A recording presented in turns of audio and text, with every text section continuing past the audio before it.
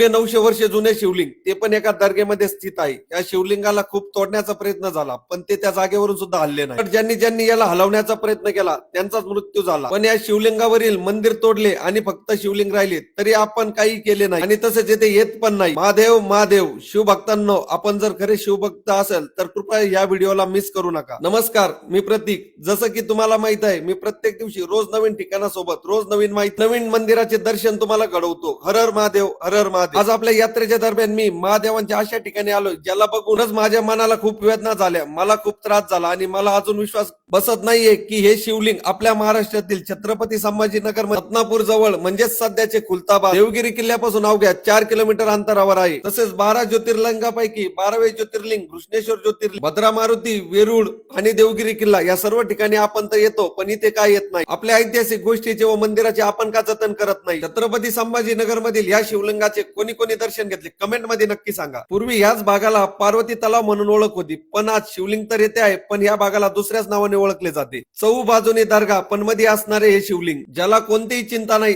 तोच तर महादेव आहे. त्यामुळे तिथे महादेवांच्या आशीर्वादाने ते शिवलिंग जसेच तसे आहे. मी तर नेहमीप्रमाणे येथे येऊन मनोभावे दर्शन घेतले. मी येथे आलोय, तुम्ही कधी येताय? हा व्हिडिओ महाराष्ट्रातील प्रत्येकापर्यंत एवढा जास्त शेअर करा की छत्रपती संभाजीनगरला कोणी आल्यानंतर एकदा नक्की येथे आलं पाहिजे. आणि हो, मी सर्वांना आवाहन करतो की एकदा या ठिकाणी या व आपल्या मंदिरांचे व पुरातन गोष्टींचे जतन करा. मी शिवलिंगाकडे बघत असताना खूप सारे त्याच्यावर घाव होते, खूप सारा त्याला तोडण्याचा प्रयत्न केला, पण ते शिवलिंग जागेवरून सुद्धा हल्ले नाही. आणि ह्या शिवलिंगाची नोंद पुरातन विभागाकडे सुद्धा आहे. तर शिवभक्तांनो, माझी तुम्हा सर्वांना एक विनंती आहे, हा व्हिडिओ इतका जास्त शेअर करा की सर्व बांधव ते दर्शनासाठी जातील. ओम नम पार्वतीपते. हर हर महादेव.